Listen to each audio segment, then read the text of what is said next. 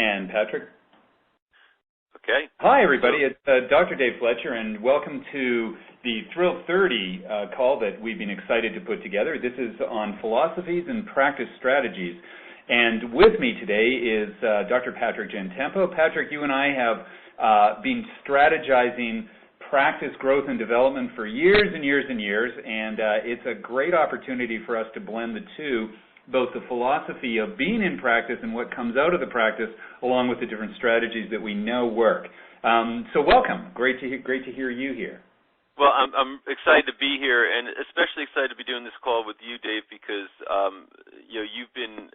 I think you pretty much have exemplified for well over 15 years now the strategy that we've been promulgating and that CLA has been promulgating for a lot of years, and you've brought into reality what I've always thought is the right vision and the right strategy for chiropractic practice. And I think here's the interesting thing that maybe got some people to cock their heads a little bit when they saw the title of this presentation, which was philosophies and practice strategy, and because people would say, well, how do those two things go together?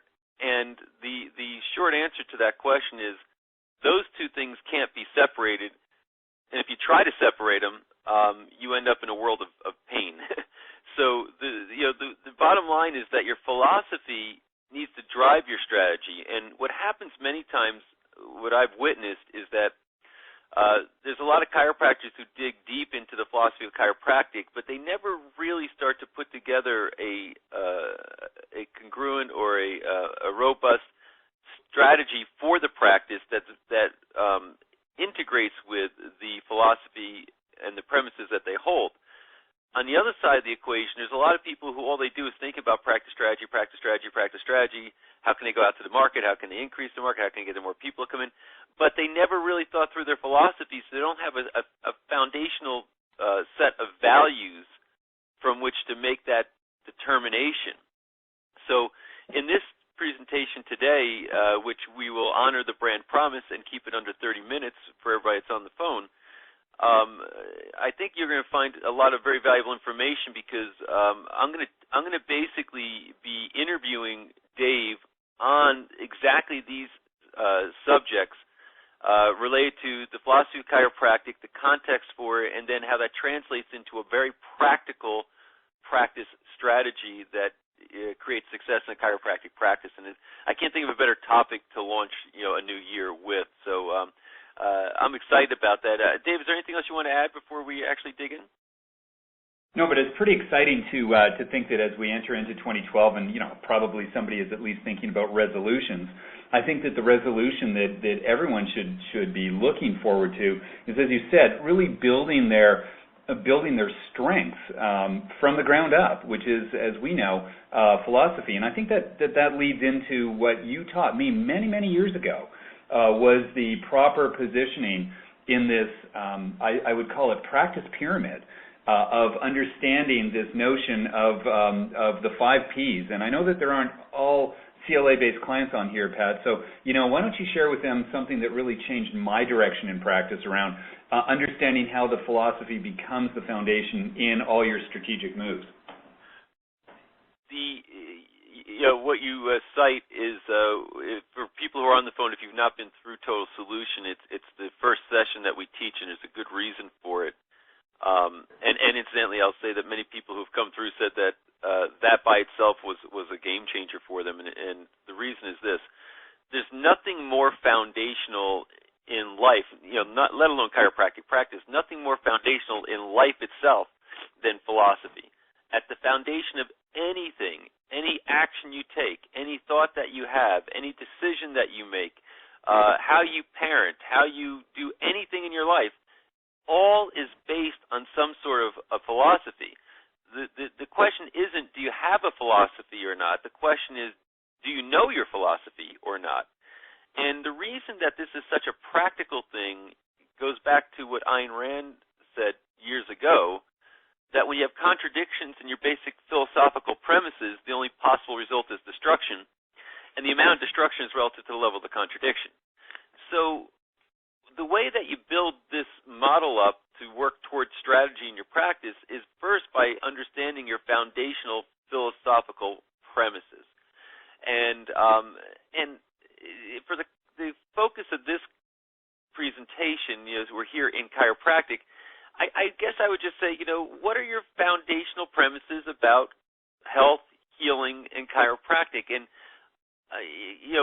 because we can't have a free-for-all interaction, I'm going to just say, let's make a couple of assumptions here that all of us on the phone will agree that, for example, one premise is the body is self-healing and self-regulating.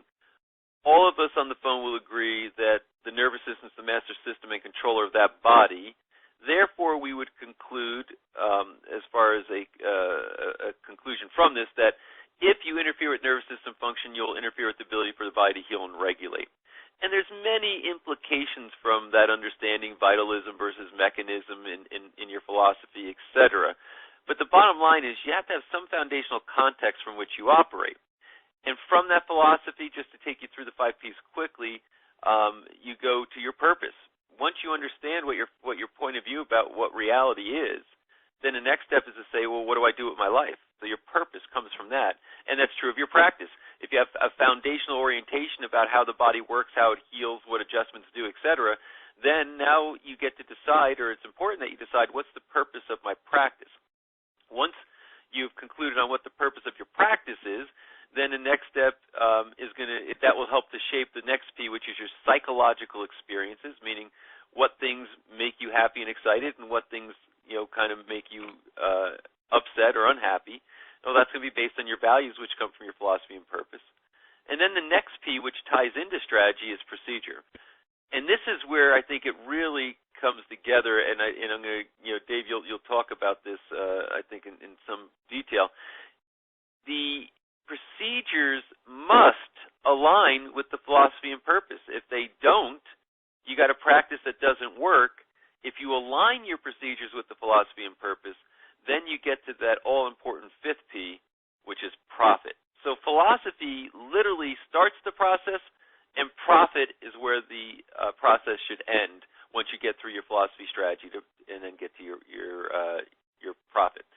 So I guess one of the things, Dave, that I'd like you to speak to is, having been in practice all the years, and you have an extraordinary gift for being able to not only understand the philosophy of chiropractic, but to communicate it and translate it to patients, etc. But then you've also run a very high-volume practice for a lot of years. You have associates in the practice, etc., and it's all cash, because you practice in Ontario where there is no insurance reimbursement. How did you translate, or what was your process of translating philosophy into a practice strategy?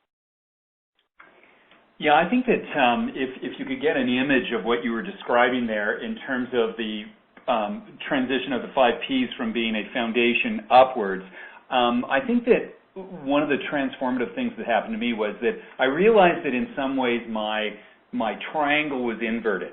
I was in there trying to make a business decision, and it wasn't congruent. And so if you can just imagine flipping that pyramid upside down, there's no stability there. So what I really started to do, probably a long time ago, but really put my effort into it probably 15 to 17 years ago, was really this idea of linking the philosophy that I wanted to get out there, that purpose, as you talked about, to the proper language that would hook into where the patient wasn't lost.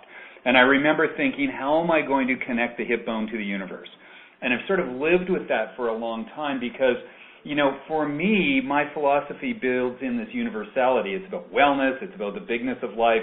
It's everything that I've aligned my life with. But I can't expect a patient to automatically shift their perspective, their paradigm in that moment. They can be inspired, but it takes time to learn that. And so the very first thing that I did is I realized that the care plan that I was going to set up for them really was more of a nurturing plan. It was a distinction between trying to care for their pain and bone, as they thought, problem, to moving it into a health and healing protocol, which I shifted my entire focus in communication and in orientation away from a structure-only practice to moving towards a stress and nerve-first practice. And when I did that, it was a distinctive shift in what the patient saw from me. it meant that the outcomes were more under my control than they were under the symptoms or the subjective control. And I think that, Pat, when we were actually layering this into when patients were getting it, that massive shift of helping people move from, a bone and pain practice to a stress and nerve practice is probably one of those quantum shifts, because when you're in a bone and pain practice, the patient rules the roost. They continuously are telling you versus asking you when the care can end. They're judging the success of it by how they feel at that moment. Whereas if you tie it to the deeper one, which is about the healing and the regulation of the body, which is what we really want to talk about purposefully, we really can get back down into helping them understand that they have a responsibility about managing their stress and changing their behaviors. And so our care plans started to really take on a very different flavor to them. It was more about, we refer to it, to other doctors as I train them, rehabituation versus rehabilitation. Right. We started to use the care plan to rehabituate, to change the habits of people. So that was big. Yeah, I think that's very big. And I think there's three areas or three buckets that you identified to help go from philosophy into strategy in some respects. Oh yeah, and it looks like this. And thanks for asking, because I just want when to, we decided, and then I want you to talk about this, because basically we're saying, okay, you've got this philosophy, and let me make the distinction. You got the the bone and pain practice, which is a certain orientation philosophy, and then you've got the nerve-based practice, improving and enhancing the nervous system, the vitalistic-based practice, et cetera, however you want to characterize it. Now that you've made the distinction as far as, the philosophy and the purpose of the practice, now you basically say, well, how does that affect me, what I do clinically? How does that affect what I do from a marketing perspective? How does that affect what I do on a reporting and communication perspective? So talk about that, Dave. Yeah, and so if you can imagine, again, I've been in this game a long time, and so that bone and pain practice had a technology that was mostly centered around, say, an X-ray, looking at the bone, looking for alignment, looking for the relationship of what we ended up understanding was more of that, nerve disorder problem versus the inside change in the health of the person. So when we moved over, we started scanning people, and we started to have that as our principal hub within the practice. And so if you can imagine, and I think that we're going to invite our attendees today to get a couple of slides that I prepared just so that they can get the visual on this. But if you can imagine that we made the decision that the hub of the practice was going to be this neural scanning, the insight technology. Now there are three spokes that come off of this. There is a clinical spoke, there is a reporting spoke, and there is a marketing spoke that comes off of this. And so every procedure, every communication, every referral or marketing strategy was tied into the measuring that we were doing of how much stress was changing a person's health. And that is the essence there, Pat, is the notion of shifting away from bone out, pinches, nerve causes problems, notion of how much stress is staying within your system. How is the stress affecting your health? Shifting their belief system from it being a back problem to a health issue. And that was massive, because when you started to watch them get the care that they not only needed but that their body desired and they desired, they would sit down and then start to develop these high retention models within my practice. And I'm proud to say, I mean, I've been in this game, as I said, 30 plus years.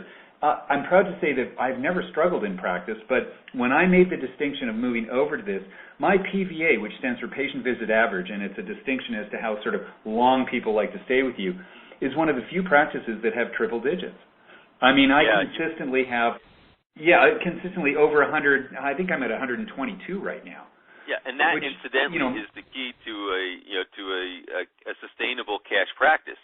High, very high retention that people become lifetime patients.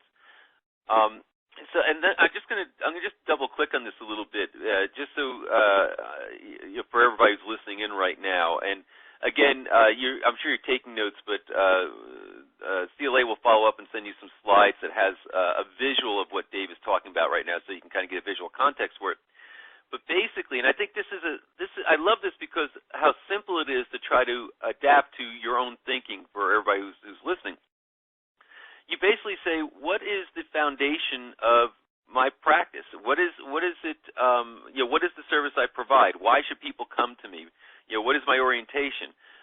And then you say, okay, I got to apply this in 3 areas, and they have to line up congruently. One says, what do I do clinically? What's the service I provide on the clinical side? One says, how do I market this to the outside world so they know what they're coming in to get? And the third is, again, how do I report this to somebody once I've taken some measurements, I've done my clinical work? Now how do I report this, set the context, and over time, educate? And I think that, when you start thinking in these terms where you have little areas of focus to say, I have to work things out here in a congruent fashion, that it demystifies this process to a large degree. My concern that I have for people is that they clinically do one thing, they market another, and they report a third. And let me give you an example. They might say that, we want to be a lifetime family wellness care practice because our philosophy is vitalistic in nature, it relates to subluxation, et cetera, et cetera, et cetera. Now, but when we market for back pain. And we do that, we got lightning bolts coming out of people's butts because we think that that's the best way to get their attention. And when they come in to actually get assessed, we do an X-ray, which is fine, as Dave just said, but you're looking at bones. You're not really accessing the neurological aspects of the person and how they're living their life through the nervous system and how stress is adversely affecting their nervous system. And we clinically and we do ortho-neuro tests, et cetera, which is inconsistent with the philosophy of the practice. And then when we report, we try to bridge the two in a report saying, I know we've advertised for back pain, and that's why you came in. And I know we did a bunch of testing for back pain when we examined you. But let me tell you another story that will also maybe have you understand the other things that we might be able to do here. And I can tell you that was the 80s model of practice, and having practiced in the 80s, I'm very familiar with it, what we call kind of that bait and switch model. But as a practice strategy, that doesn't hold in the year 2012. And the bottom line is, I think people have a big appetite from the get-go for what chiropractors do in practice, that it's related to the stress and nerve model as compared to the bone and back pain model. What do you think about that, Dave? Yeah, I do, and I think it's important for our callers to know that even though we have this big vision and this purposeful practice and everything else that we talked about, we still get an awful lot of people entering into the clinic with their obvious discomfort in spines or joints, or as I called it, bone and pain problem. It's a reality. No matter how hard we have, when I say how hard, how much we believe in shifting the people's life and health, the starting point for most people when they hear the word chiropractor is, I have a problem that I can identify in my spine. And so we embrace those people. We say, welcome. And one of the first conversations that we have with them after I listen to them and we ask them about, how do you think you're handling stress in your life and blah, blah, blah like that, and we get them thinking about the stress, is that I sort of sit back and I kind of look at them and I'll say, so why do you think your body lost its ability to take care of itself? So why do you think the stresses that we just discussed are affecting your health when in the past they didn't? And this is one of those sort of awakening questions that catches them. And I'll say, the message that you're telling me concerns me, because I have come to understand that the body should be able to manage itself unless there are extremes in the problem. And I haven't heard any extremes here. So the question I need to ask you is, why do you think your body is giving up on you at this time? And when they start to think out the problem, it gives me the next level of conversation with them that says, look, I think it's important that you understand that you are perfectly set up to handle the stresses in your life, but if those stresses have settled into your system deeper and are affecting the actual connections between the brain and your body, then you no longer have a back problem, you are developing health issues. And that is what we want to start looking for as we hear your story about back pain. And so this is the kind of conversation that it allows me, because my philosophy was, I care for the person, not the spine. Right. And I think, incidentally, I'll say this, when you're putting your strategy together for your practice, I would say that, and it was something that Dave just said that I have found to be enormously powerful as a distinction. Probably one of the main targets or outcomes that you're seeking from the report of findings is to have a patient understand what Dave just said. You don't have, Mrs. Jones, you don't have a back problem. You have a health problem. And that distinction changes their whole context for how they're going to make decisions. Because if you think you got a back problem, that's one lens that they're looking through, and the decisions they would make relative to that and the investment they would make would be limited. If you got a health problem, it's an entirely different story. And I think that when you look at the way that Dave describes the communications, the thing, I guess, is this. Because Dave has such a solid philosophy, when you start to listen to how he strategically communicates to his patients and how it aligns and it's compelling, that's not an accident. That's a part of relating philosophy to practice strategy. And this is the thing that I guess, if there's a takeaway from this call, one of the big takeaways that we'd like you to have is that every time you start to consider what you're going to do with your practice, what goals you have for it, where you want to take it, and strategically what you're going to do to get it there, that you are considering all along the way, well, what's my philosophy? And does this line up with it? What's the philosophy? Does this line up to it? And you put philosophy, let philosophy be your compass for your practice strategy. Absolutely. I think that the exciting part is that when you start to realize that you have the communication tools as this hub in your practice, because you're going to be talking to those, and here's another gem that we use, is that once we scan a person and we see color, which represents an interference pattern within that nerve-to-body connection, then what we talk about is how this stress has gone so deep that it's staining the nerve connections. And it brings together this sort of, validity of the science in there, and it also, helps them understand, because stains are hard to remove. And so these are the congruent languages. And again, we've created a tool at CLA that not only focuses on giving the person a insight, if you would, into whether the stresses are changing their health, but it also gives us the next level, which is the strategy, which means that once we get a baseline, we have a way of tracking how that person is improving through the course of their care. And what we find probably the most exciting is that first re-exam is something that they absolutely are looking forward to. And when they know they've already started to feel better and can now see the changes, or see, as we call it, the NSFI, which is the neurospinal functional indices, actually increasing, then what happens is that they become motivated to take the next step. And you can use this in terms of goal setting. You can say to the patient, look, I really want to see how you can raise that score of 15 points in the next 2 months. What can I do to help you? So it becomes much more of a goal setting, much more of a strategic model of care than simply how do you feel, what can I do to help you today, let's see how you're doing and decide what your care is going to be after the next visit. So that's, and I just want to share with you, we chose the word practice strategy and the strategic practice, if you would, because it's a fluid and dynamic model. Not only is it fluid and dynamic with the patient, as we've discussed, Pat, but also it's fluid and dynamic in terms of being able to dance on the head of a pin if things change. We had a last call on Thrill 30 about, the notion of it being an end of insurance. When you have your philosophies dead set centered, then what can happen is that you can develop ongoing strategies to meet the marketplace, and you're going to be a leader in the marketplace instead of a victim of the marketplace. And I think that, we got to watch to the time here because we're committed to the 30 minutes, but I think we wanted to talk to them about how they can participate in this strategic practice. And I'll pass it over to you. Yeah, basically, we're going to do this, folks, and again, thanks for listening.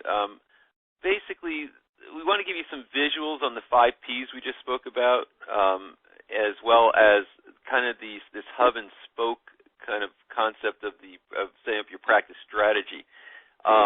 It's just so you can kind of look at that, because the work really begins when you get off the phone, not just listening on the phone, and hopefully our job here was to motivate you to listen, to get a little bit stimulated, and then when you get off the phone, you'll actually start to apply this to your practice. You'll start, thinking about how this might apply, where it can take you, how it can add value to your business and to your patients.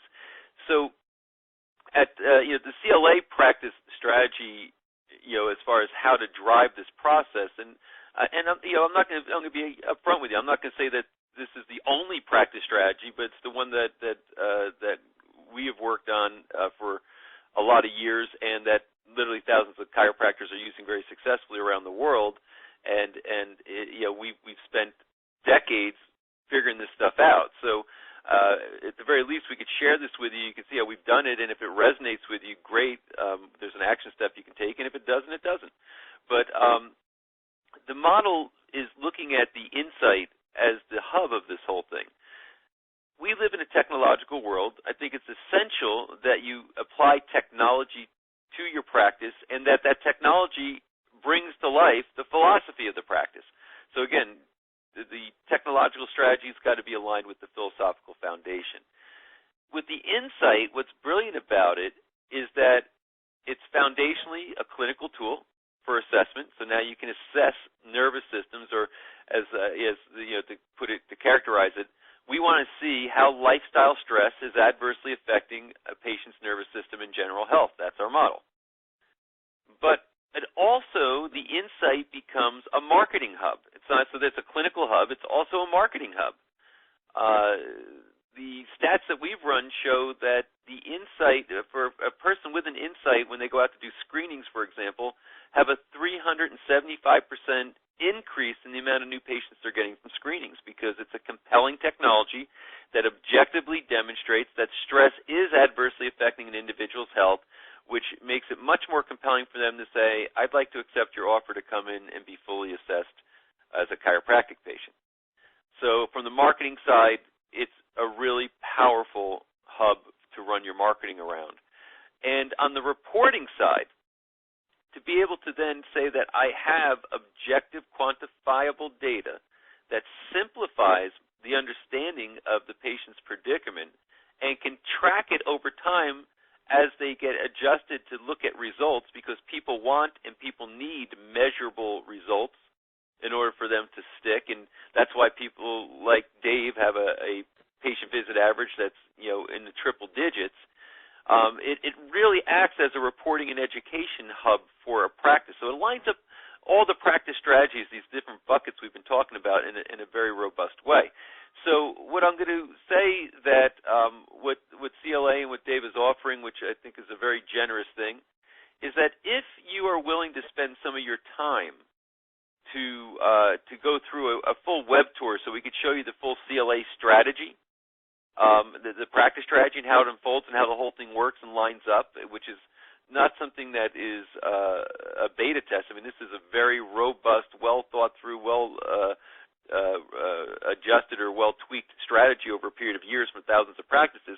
If you'll spend some time to go through a web tour with one of our CLA representatives, in return, we will send you a link to download a product that we call Headspace, which is 10 of the best on-purpose interviews that we'd ever done. And what you'll learn from this, and why it kind of applies here, is that these 10 different interviews are the points of view of 10 practice and industry giants in chiropractic who have different thoughts about how they strategically approach things and different special orientations about their philosophy.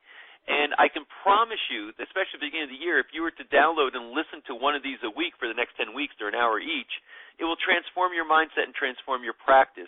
That package sells for $695. But if you go through a web tour, then we'll send you that link, and it's yours with you don't have to buy anything, no strings attached. Just spend some time with us. We want to reward you for that time, and it's yours. And I think it will have a big impact on your life. So I'm going to say that as we tie up here, that be on the lookout for the email so we can send you the couple of slides that we're talking about that help you visualize this. And then also we'll give you an opportunity, if you want to take us up on the offer for the Headspace, to get that download by going on a web tour that you can reply to that and get set up for that. So I'm going to let Dave close, but I'm going to just say I very much appreciate you taking time out of your busy practice days to spend a half hour with us.